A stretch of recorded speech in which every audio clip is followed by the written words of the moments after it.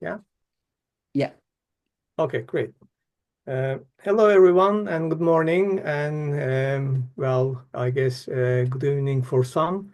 Um, so I'm coming from University of Nottingham, and I have just put the pictures where actually our offices are, just for you to see. And there's of course another reason why I'm doing that.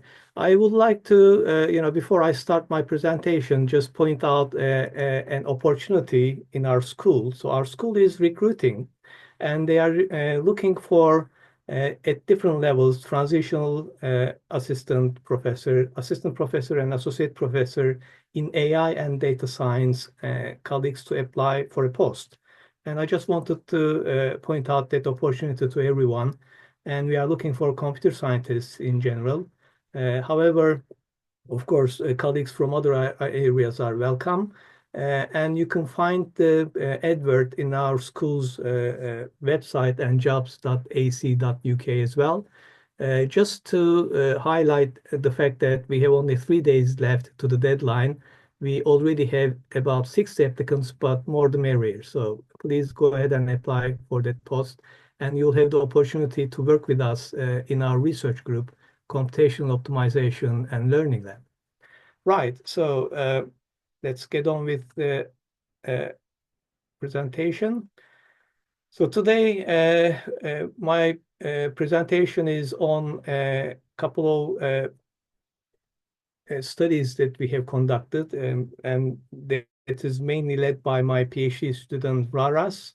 Um, So this is the outline of my talk. So I'll start with a brief overview of hyper-heuristics. I'm going to provide the definition, origins, motivation, classification, and extended classification as well. So as we will cover all these concepts, you'll see that there is this selection hyper-heuristics controlling perturbative heuristics. And that's the concept that we are going to focus on, that type of selection, that type of hyper-heuristics, so which will kind of require us to cover hyperflex, and that's an interface for designing hyper-heuristics, and the cross-domain heuristic search competition that was organized based on hyperflex.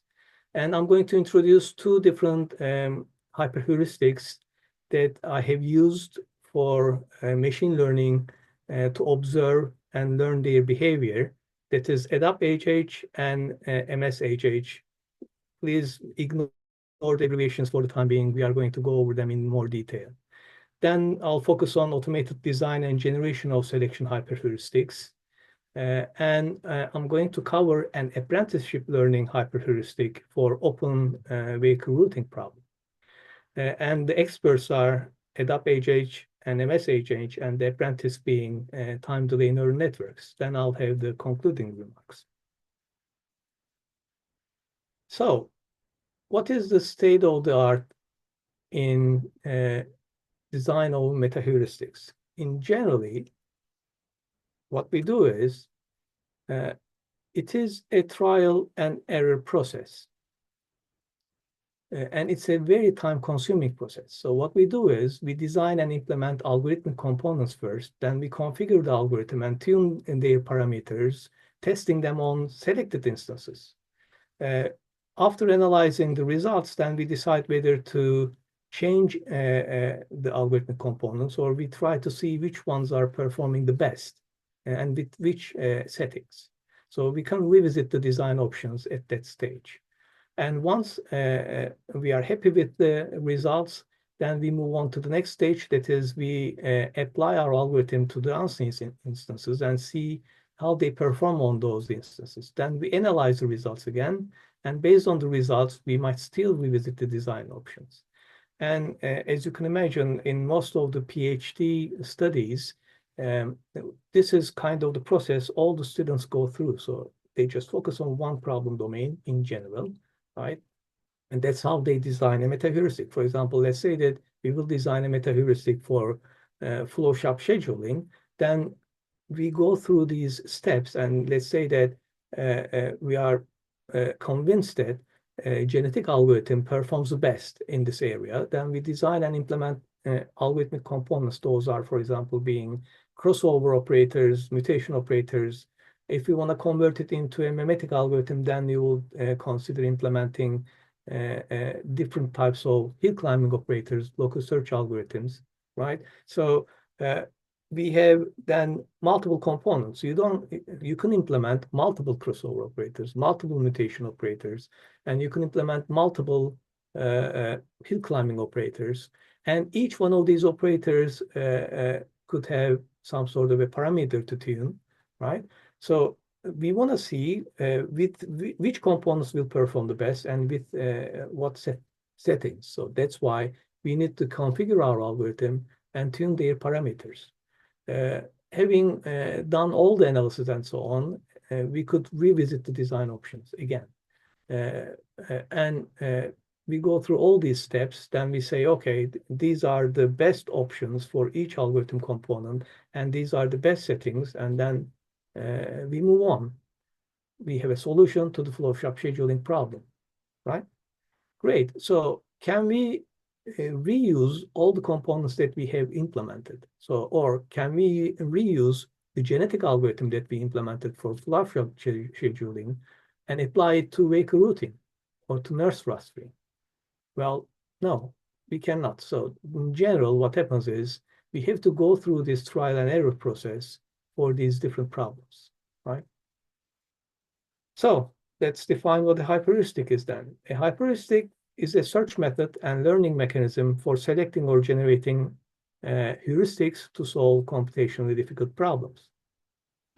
The idea in here is not just to solve a problem instances from a domain, but also this is like a class of methodologies for cross-domain search. We want to be able to reuse as many components as possible from the algorithms that we design and implement. So there's the implementation side as well, right? So these are search methods, hyper-heuristics, with reusable components, which can be employed for solving characteristically different multiple problems, preferably with the least or even no human intervention. So the keyword in here is preferably. That's what we would prefer. We don't want to deal with, for example, parameter tuning again, right? So if possible, or we want to redesign some of these components again. So generally, when you look at the standard meta-heuristics, they operate on the space of potential solutions, right? However, hyper-heuristics, they operate upon a search space of heuristics, neighborhood operators, rather than directly on a search space of solutions. And the aim is, of course, to take advantage of strengths and avoid weaknesses of each heuristic, low-level heuristic in that regard. And the low-level heuristics in the context of selection hyper-heuristic methods can be meta-heuristics, or even they could be potentially other hyper-heuristics. So that brings the concept of hyper-heuristics and so on. And of course, one of the questions is there a limit in that sense? I'll just leave it there for the time being, that question. So the motivation in hyper-heuristic research is raising the level of generality of search methods. So what are the limits? So when we look at different type of problem domains, let's say that we have a problem domain A and problem domain B and problem domain C, and you could consider them to be like flow shop scheduling is A, B is, for example, nurse rastering, and C is vehicle routing problem, right? So for each one of them, when you focus on those problems, a specific variant, then there are very effective solvers. And they are there already, right, individually. However, now look at this picture in a different manner in here. That is, A, B, C represents, for example, variants of a problem domain. And one of the good examples, I would say, is vehicle routing problems. So Stefan and Ropke in 2007, they published a paper, a general heuristic for vehicle routing problems, and they were using adaptive large neighborhood search operators. And what they have done is they tackled 5 variants of vehicle routing. It's like vehicle routing problem with time windows, site-dependent vehicle routing problem, open vehicle routing problem, and so on. So they just tackled 5 variants of vehicle routing problems using the same approach. So that's kind of what hyper-heuristic research is motivated by. So can we somehow design and implement such methods which are applicable to multiple problem domains, which are applicable in multiple problem domains, right? So of course, we don't have the general solver yet, right? It doesn't exist. However, there is really a significant scope for future research in the area. So, of course, when we say, hyper-heuristics, and based on that definition, if you read it, you'll see that there are many, many already established related areas, like adaptive operator selection or algorithm configuration, algorithm selection, algorithm portfolios, co-evolution, multi-mean memetic algorithms or memetic computing, hybrid meta-heuristics, meta-learning, parameter control, reactive search, variable neighborhood search, just to cite some of them, right? They are all related to hyper-heuristic research. So years ago, we have published a paper on the classification of hyper-heuristics, and this is really not many miles away from what we already know. So generally, when we look at heuristics, heuristic optimization methods, there are 2 types. This is like a very broad categorization, right? So constructive heuristics, we have perturbative heuristics. So constructive heuristics, they build from an empty solution towards a complete solution. So those heuristics, they build a solution. They start with an empty solution and build towards the complete solution. While perturbative heuristics, they for example, randomly modify a given complete solution. So the input to perturbative heuristics is a complete solution, and the output is another complete solution, which is a modified version of the input in general. It could be the same. Then when we look at the hyper-heuristics, we notice that there are 2 broad categories, that is selection hyper-heuristics and generation hyper-heuristics. So hyper-heuristic methodologies generally, if it is a selection hyper-heuristic, those methodologies select from a set of constructive or perturbative heuristics, and those constructive heuristics or perturbative heuristics, they are mostly human design operators, right? And there are also heuristic generation methods. Those methodologies are for generating new heuristics from primitive components or observed search traces of existing heuristics, right? So, and then we have learning hyperheuristics and no learning hyperheuristics. And learning hyperheuristics, we can categorize them into 2. Online learning hyperheuristics and offline learning hyperheuristics. Online learning hyperheuristics, they receive feedback or the learning happens while the algorithm is solving an instance of a given problem. So adaptation is the key word in here. So for example, reinforcement learning type of mechanisms. And offline learning hyperheuristic receives feedback from a set of training instances. The idea is to gather knowledge in the form of rules or programs from a set of representative training instances that we could expect to generalize to the process of solving unseen instances simply. So for example, genetic programming is often used in that area. Yeah. So, and if a hyperheuristic is not learning, this means that no historical information or past information from the search process is used to improve the search process itself. Okay, so hyperheuristic origins. So one of the first studies is done by Fisher and Thompson, and then around the same year, Crofton, Glover, Thompson, and Trowick, they also published these papers. And when you have a look at those papers, they tested different type of learning mechanism, mixing just 2 heuristics or rules for job shop schedule.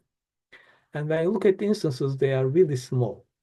And they arrived at two conclusions. Mixing rules or heuristics, they perform better than each heuristic used on its own. And also, they just contemplate that learning is possible. However, random choice did not perform that poorly.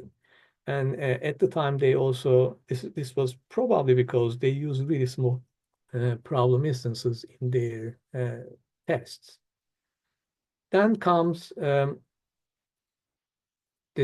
algorithm selection problem, which Rice formulated. So Rice provided a framework for that problem, that is to choose from the best algorithm for solving a given problem instance. That is, uh, the system learns from the problem instance features and maps those features to the best solver for solving the given instance.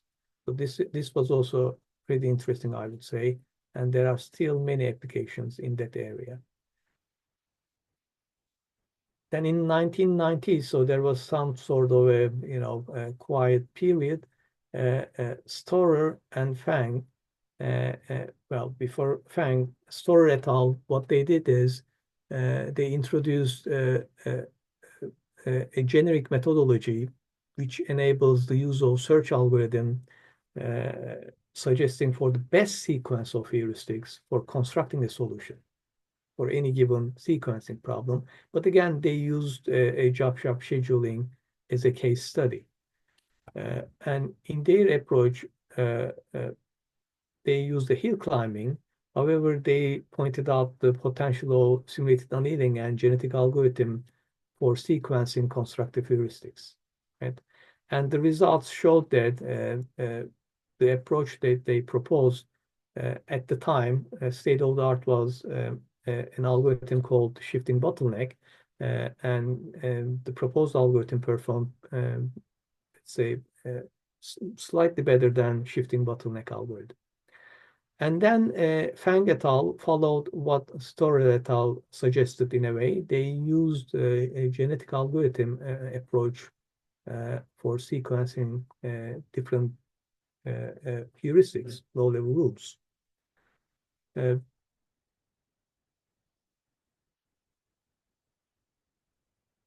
Let's see. Not guessing, but I'm not quite sure why. Okay, here we go. So Danziger et al., they are the ones who used for the first time the word hyper-heuristic. In a way, they used hyper-resolution for automated theorem proving, and they combined multiple AI methods for solving automated theorem prover as an automated problem, automated theorem prover. It has nothing to do with hyper-heuristic research, but just to point out the use of that keyword, hyper-heuristic. Then comes this study in 2001 by Cowling and Graham Kendall and Eric Subiega from our research group. All of them, they were at the time at Nottingham. They started, in a way, this whole research direction on hyper-heuristics. What they did in that particular study, and that will be the focus of my talk today and more on top of it, they suggested this framework. They introduced the concept of domain barrier. So the idea was to split the control mechanism in a meta-heuristic from the problem domain specifics. So the hyper-heuristic simply selects neighborhood moves. That's the domain level, in a way, heuristic. And in return, it learns about the current solution based on its objective value. Just using that information, it learns about which low-level heuristics will perform, or they come up with some sort of a utility function measuring the performance of low-level heuristics. So at the top level, all these statistics can be maintained, and at the lower level, we have the problem domain dependent components like heuristics themselves, the representation of a solution, objective function, and more. And in their framework, what they are suggesting is no problem-specific information or knowledge should be passed from the low level to the hyper-heuristic level. And hyper-heuristics should be easy to implement, practical to deploy. So they had the motto of easy, cheap, fast. And existing or computer-generated heuristics operators can be used as low-level heuristics within this hyper-heuristic framework.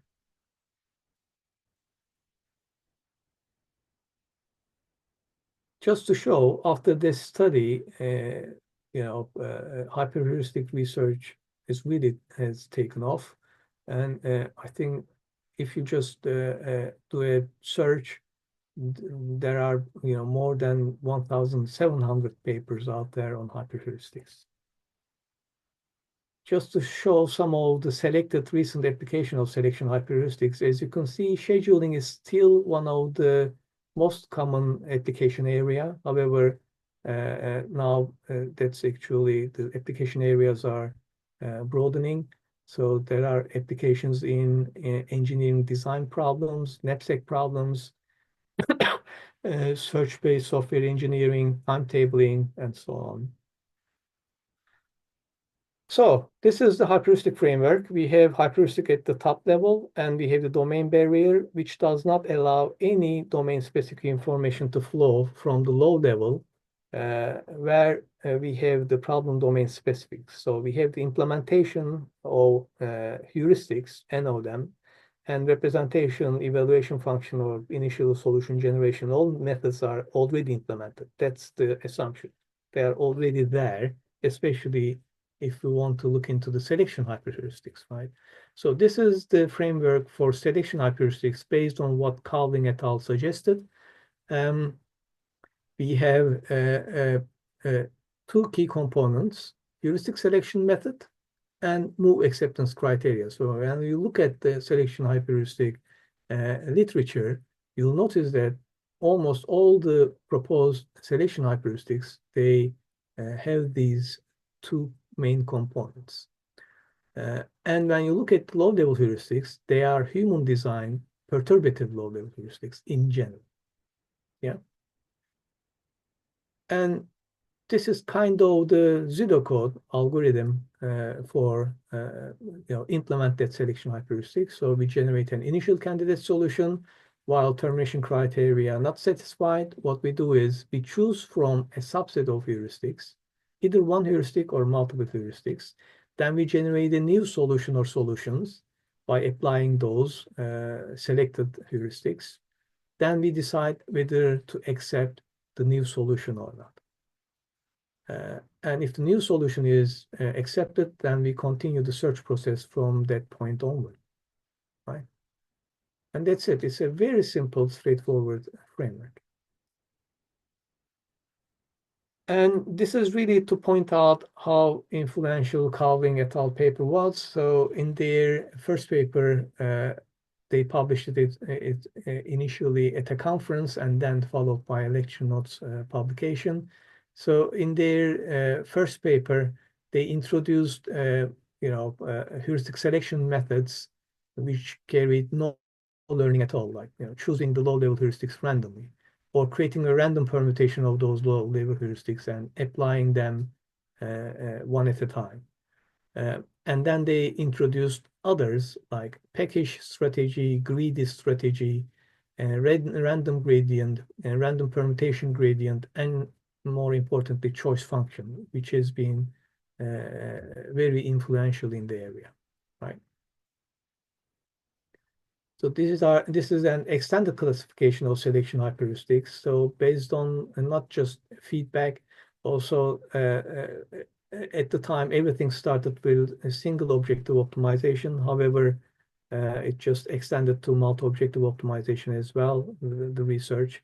And when you look at the solutions, again, with the selection hyperheuristics, generally single point based search method was used, but then they moved into a multi-point based search methods.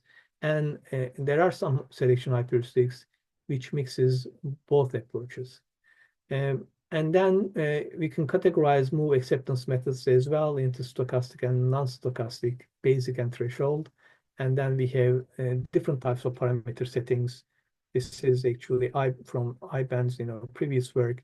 You can see all the details of these approaches, and I've just provided here relevant papers where you can find more details on all the categorization and explanations as well. Just to convince you, when you look at the literature, you can see all these. You can categorize any given selection hyperheuristics into the groups that I have just shown you. I have just highlighted in here one of them only. That is from Ahmet Kayri and me. That is the single point based search method, and it is an online learning mechanism. It's just low-level heuristic set is increased by pairing up all the heuristics, and then all the grouping of low-level heuristics depends on the stage that you use them. And as an accept and move acceptance mechanism, we have used the threshold acceptance, and parameter settings in move acceptance is adaptive. So this brings us to hyper-heuristic interface. So the idea from Cowling et al., it was great, but how can we implement it? So that required defining an interface. So that's what we did in our research group. And HyFlex, you can just download it. It's freely available at these links. We are still maintaining it to an extent, I should say. We need to make some more updates on the HyFlex interface, which we will do shortly. But now it's still open as it is. So in here, how the interface is designed is you can access to the low-level heuristics using an index. So at the hyper-heuristic level, you can just say, okay, I'm going to apply ith low-level heuristic using the solution in memory location J, and then the new solution will be saved into the kth location in memory.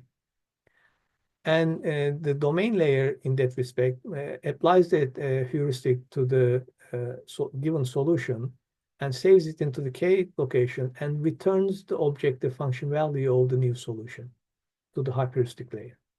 That's it. So it's a very limited interface, by the way, but it has been effective.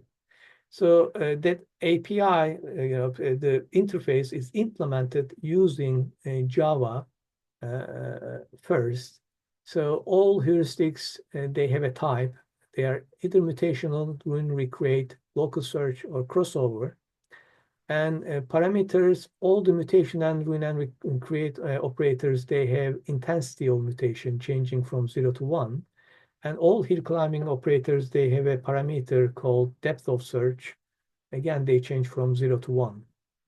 0 means there is no depth of search, right? 1 means it uses the maximum number of steps and makes the maximum number of probes depending on the operator, and returns a solution. Right. So HyFlex implemented at the time 6 problem domains from maximum satisfiability to vehicle routing. And the table just shows you each low-level heuristic, what they contain, but that's really not important, right? So this is at the low level. They are already implemented. And HyFlex is commonly used in hyper-heuristic research to test different types of hyper-heuristics. And the focus of my talk is actually will be a vehicle routing problem in here, which contain 10 low-level heuristics, right? So then CHES 2011, this is a competition organized by our research group again at the time. And 10 problem domain instances public training instances provided in 4 of the domains, from maximum satisfiability to personnel scheduling. And then 2 of the domains, they were hidden at the time. That's traveling salesman and vehicle routing problems. So after colleagues submitted their hyper-heuristic implementations, they were run on a computation machine with a time limit of 10 minutes, 10 nominal minutes, right? So that was the termination criteria. And 31 trials were carried out. And among those 31 results, the median objective values were reported for each problem instance. So now we have 5 test instances, right? Comparing the performance of different algorithms, and 6 domains, right? So this means we have 30 results, 30 median results. And the top result is always, there was a system called Formula One scoring system was used to rank the submitted codes. So based on their performances on all these 30 instances. So if an algorithm ranks first in a given instance, for a given instance, it was scored as 10, and the second one 8, third one 6, and so on, right? So we used the Formula One scoring system. So the total scores indicated the performance of each submitted selection hyper-heuristic. And when we look at the results, maximum could have been 300, of course, but that didn't happen. So we had more than 20, actually. We had about 21 submissions.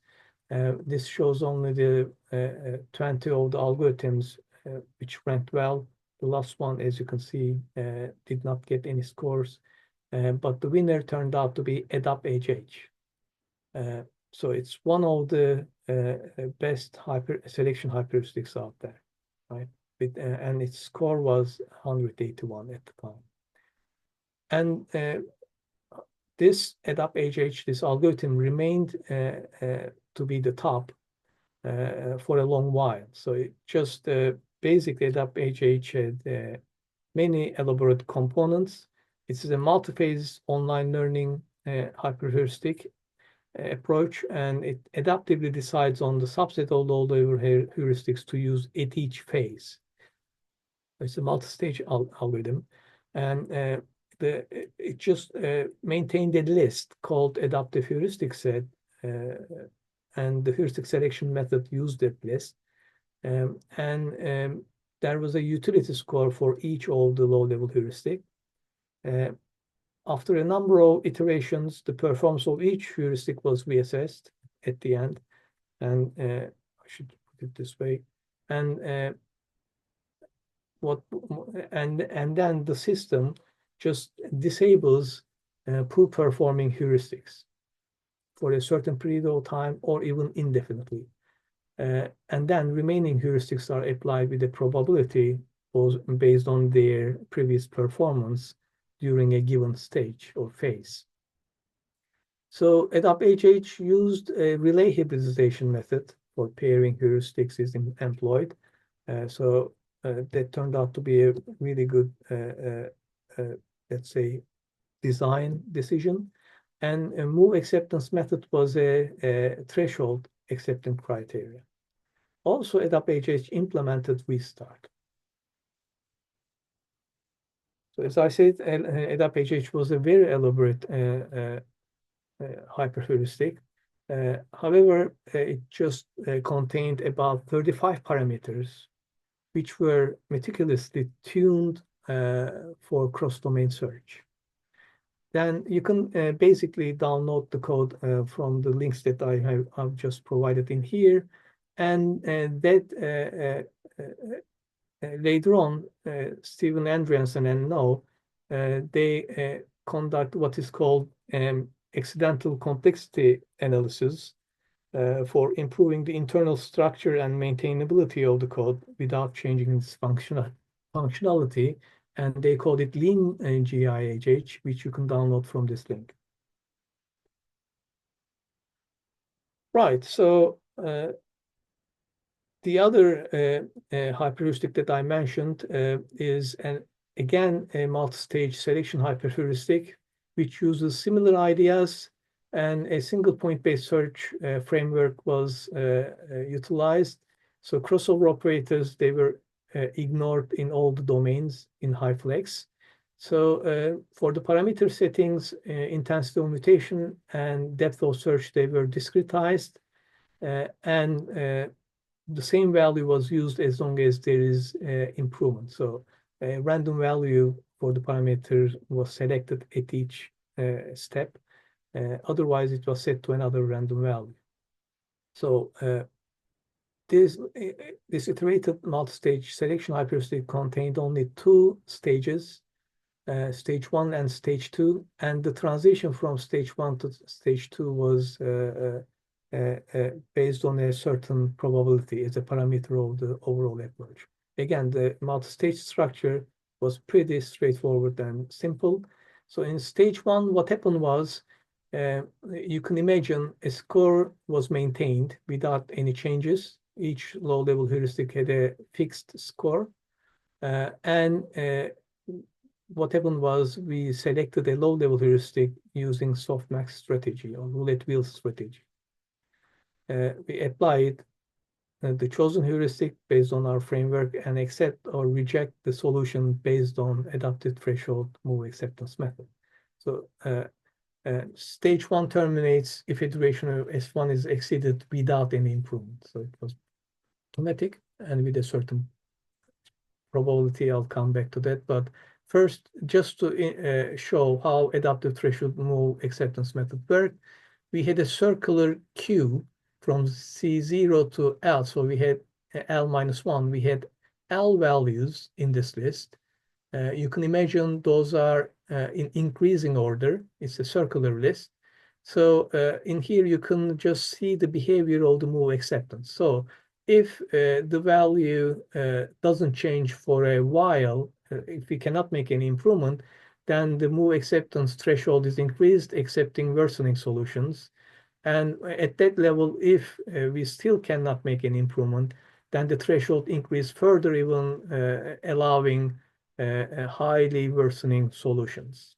That was the basic idea, right? Okay, so stage 2 hyperheuristic, that's actually decides what utility scores should be assigned to each low-level heuristic. So that was the functional stage 2. So in here, we use relay hybridization and paired up all the low-level heuristics. And you can see an example in here. If we had 2 of them, then we can pair them up and assume that now we have 4 more low-level heuristics. So if we had n low-level heuristics, you can generate n square and new low-level heuristics. So it's a total, then we will be dealing with n plus 1, n square low-level heuristics. Now, the idea was to increase the low-level heuristics, so enrich them, but also reduce them, reduce the number of low-level heuristics, and assign those scores as probabilities. So we came up with this idea that there's this trade-off between objective function value, so the improvement that you can make, and the number of steps required. So if you apply a heuristic, let's say for a long time, then the improvement you should be getting, the improvement should be more than if you apply it for a short time. That's the basic idea. And in here, as you can see, we split S2 steps into, again, further stages. And each stage we applied the hyperheuristic for, or let's say low-level heuristics for tau time in a greedy fashion. That is, now you can see we start with this orange-looking dot where we have a solution, and that solution, we apply all the low-level heuristics to them. And then it takes us at tau, we just look at actually what the best value is, right? And how we achieve that using which low-level heuristic or heuristics. And then the best solution from that stage, we again apply all the low-level heuristics. And again, we indicate, we choose the best solution there, and again apply all the low-level heuristics and so on. So now we have the Pareto front indicating that trade-off between objective function value or the improvement versus the time it takes to make that improvement. And all those solutions, we gather them up and we look at which low-level heuristics we use to arrive those solutions and count them, basically. And then we determine the score for each low-level heuristic or the probability of being selected based on that, and we fix it for the next stage. So we ended up in this example, 6 low-level heuristics. We reduced it to 3, and we have the probabilities for each one of them, and we move on to the next stage. So there is a misconception about selection hyper-heuristics. That's why I have highlighted the word highly preferable to not to tune anything. However, we had to tune our approach. And when you look at it, you can see the parameters that our approach had. So we had 6 system parameters. They were all tuned for obtaining the best performance out of multi-stage hyperheuristic. This is just to show, the hyperheuristic in some domains did not use, let's say, paired heuristics. So relay hybridization did not work well, like, personnel scheduling. However, it worked well for the rest of the domains, except again, VRP, right? You can see that. Still, when you compare the performance of the multi-stage hyperheuristics, if you used each hyperheuristic on its own, and it just outperforms them both. And when we compare the performance of all low-level heuristics using normalized objective function values, considering all the domains, again, using the Formula One scoring system, multi-stage hyperheuristic performs slightly better than ADAP-HH, I would say. Right, now automated design of selection hyperheuristics. There has been many different methods used in the area, from grammatical evolution to genetic programming. Genetic programming is the most commonly used approach, by the way. I'm not talking about automated design of heuristics. I'm talking about automated design of selection hyperheuristics. So gene expression programming, grammatical evolution, Markov chain search, they have been used in the area. So what we have proposed is apprenticeship learning using machine learning by demonstration concept to generate selection hyperheuristics. So in apprenticeship learning, so I've just provided some original papers in here. A human expert, for example, in robotics, shows robot how to behave, and robot learns from the expert how to achieve the given tasks. So the idea is, why don't we use that approach? Why don't we observe a search method or selection hyperheuristic, for example, in operation, and learn from it and design a new selection hyperheuristic? So can we do it? That's and just, initially, just to point out, when you look at the selection hyperheuristic framework in a single point based search method, this is the framework I have mentioned. So there are, when you look at the move acceptance decisions, you accept or reject, right? So the decision is binary in a way, okay? And when you look at the heuristic selection decisions, we have n low-level heuristics, so we just need to choose one. So what does that mean? So this means that we need to somehow generate classifiers. So this is a classification problem. How do we predict, reject, or accept, or predict which low-level heuristic to use? So that's the apprenticeship learning framework. So again, this operates in an let's say train and test fashion. So we need to construct the data set by running expert hyperheuristics on sample instances. So we need to decide on the features, and then the corresponding actions will be heuristic selection and move acceptance, of course. And then we need to train our classifiers to learn how to do heuristic selection and move acceptance. and merging them will lead to a new hyper-heuristic, selection hyper-heuristic. That's the idea. And of course, once we have the selection hyper-heuristic, now we can test them on the unseen instances. Right. So we applied this framework to open-weight routing problem, and the low-level heuristics we have chosen parameter intensity of mutation. We used it. So, for example, the first low-level heuristic swaps randomly selected two adjacent customers within a route. Oh, by the way, just if you are not familiar with open-weight routing problem, it's not that important, but maybe I should mention it. So that's vehicles are not required to return to the depot at the end of a route. So a route ends after servicing the last customer. That's the only difference from the vehicle routing problem, which enabled us to use the existing hyper-heuristic or HyFlex implementation for VRP. This is just to show you the existing low-level heuristics in HyFlex domain. So LLH2 is the ruin and recreate operator, which selects a number of customers to remove from the solution based on their proximity to a given location. And the low-level heuristic 4 and 8, those are hill climbing operators which are used in the system. And of course, we ignored the crossover operators. So there's the sorry, I'll come back to that later on.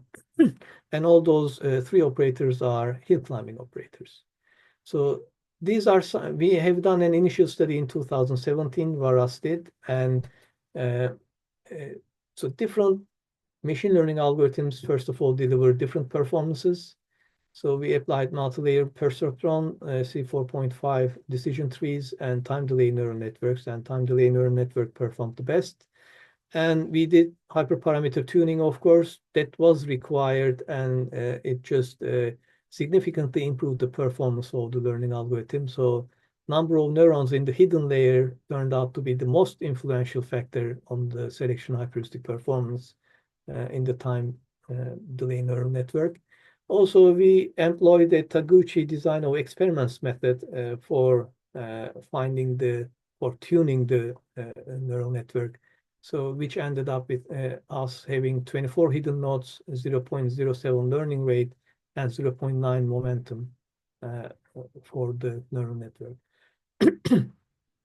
So machine learning generated, at the end, machine learning generated selection hyper-heuristic performed significantly better than the expert in this paper.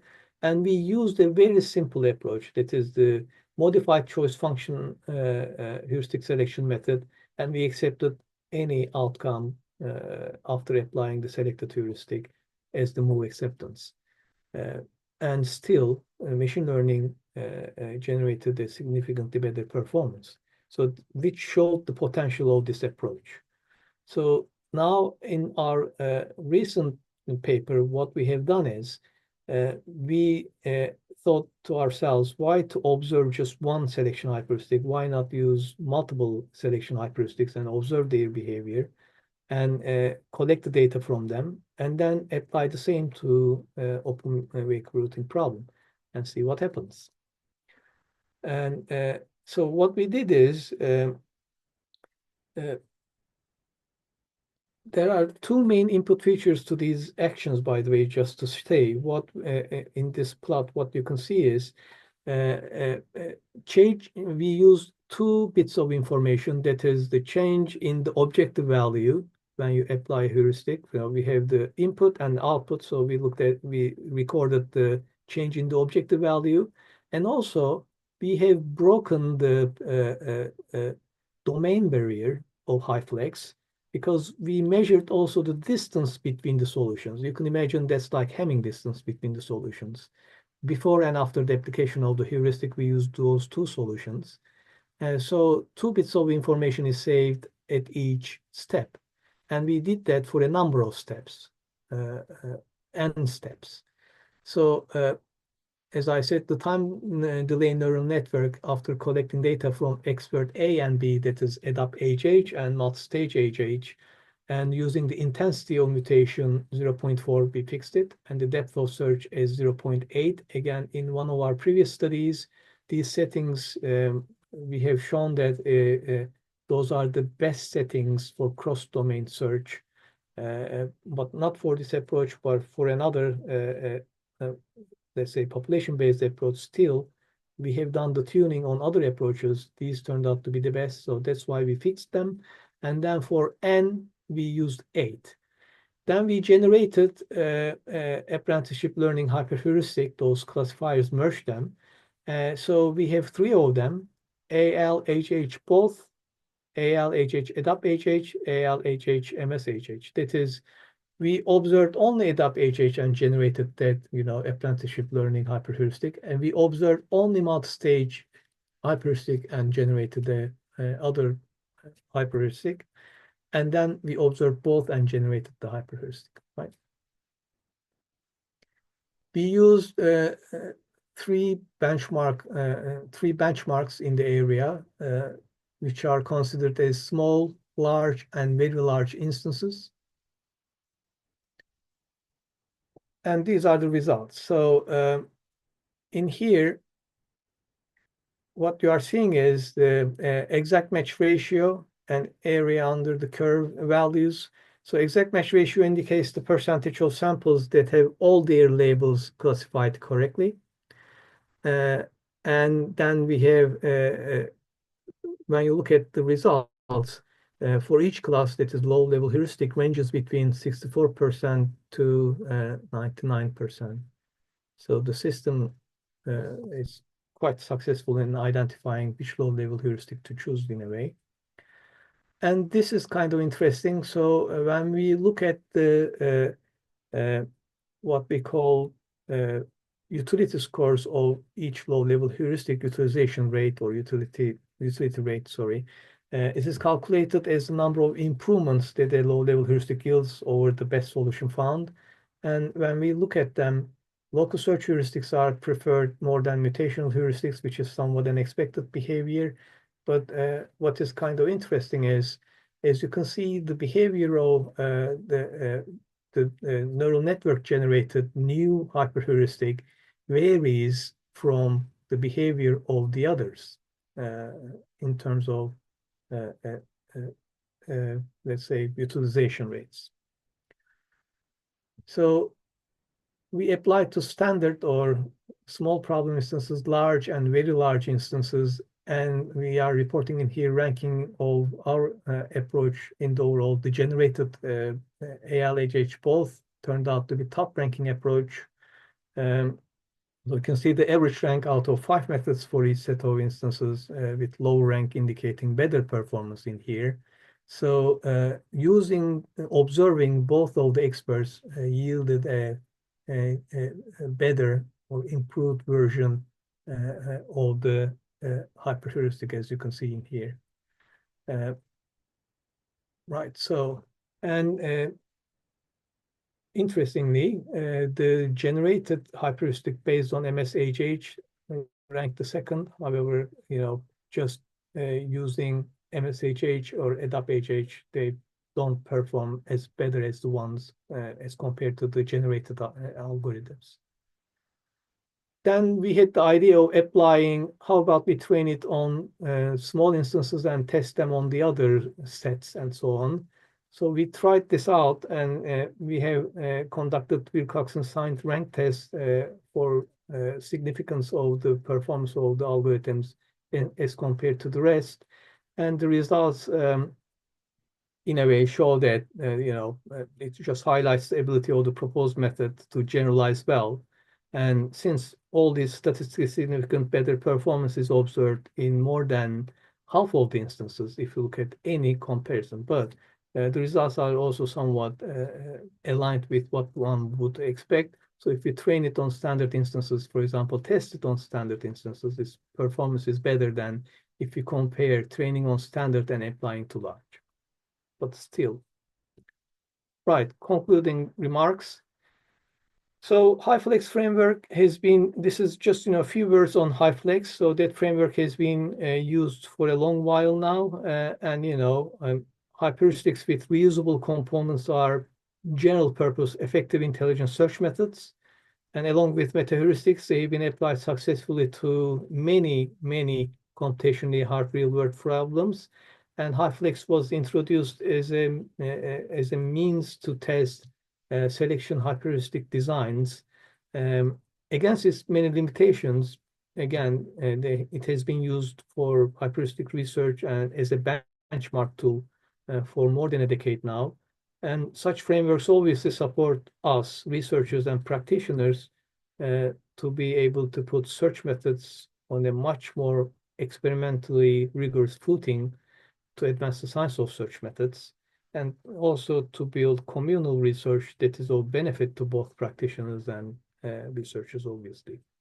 However, there is a need for more flexible modular tools with reusable components. So as you have noticed, we had to break the domain barrier. So we need descriptions of extendable frameworks, solution approaches, results that a computer can process so that we can actually start producing service-oriented architectures. So this is my last slide. In our paper, in the last study that I have just pointed out, we have a novel train and test approach to automated generation of selection hyperheuristics based on apprenticeship learning. And our results showed that student surpasses the teacher. So the generated selection hyperheuristic not only outperforms state-of-the-art hyperheuristics, ADAPT-HH and multi-stage HH, but also they generalize quite well, solving unseen open vehicle routing problem instances, even larger than the ones on which the apprentice is trained. And machine learning can effectively find hidden patterns in the heuristic selection and more acceptance choices of multiple experts. And that's the bottom line. And of course, there are still many issues, open questions to be explored, starting from data collection for the machine learning side. So, for example, for how long we should run the experts is still a question. So in our experiments, I believe we run them only the first 1 minute, because as you can imagine, if you run it for 10 nominal minutes, then the data tends to get quite large. However, some sampling could be done, for example. And also, we run them, let's say, for 10 trials and collected the data, but how many trials would be sufficient to run and collect all that data? And of course, that will require also some sort of perhaps data balancing. There might be some issues depending on the instances dealt with or the domain dealt with. We don't know yet.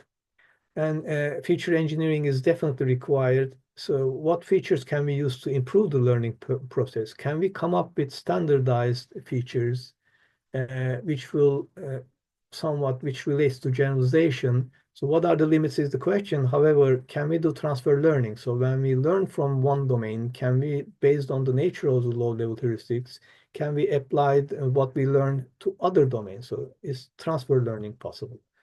And also, again, which machine learning method would be the best in here to use? And explainability is a particular issue because, as you can imagine, we have stochastic local search methods and be still trying to explain their search behavior. Now, on top of it, we have a mechanism machine learning algorithm which brings more complexity to the system and creating a new search method in that respect.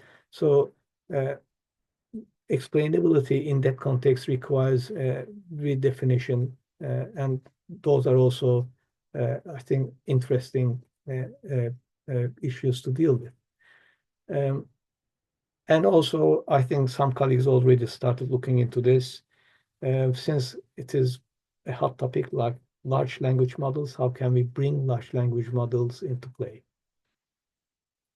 Right, so that's all I have, and thank you for joining my presentation. Thank you very much. Thank you, Ender, for this very interesting talk. So I have a lot of questions, but I would rather just let the audience ask first. We might have more time, other chance to discuss. But yeah, anyone who got questions, feel free to unmute yourself. I think you can unmute yourself, or just type on chat. And by the way, I don't mind if anyone asks any questions and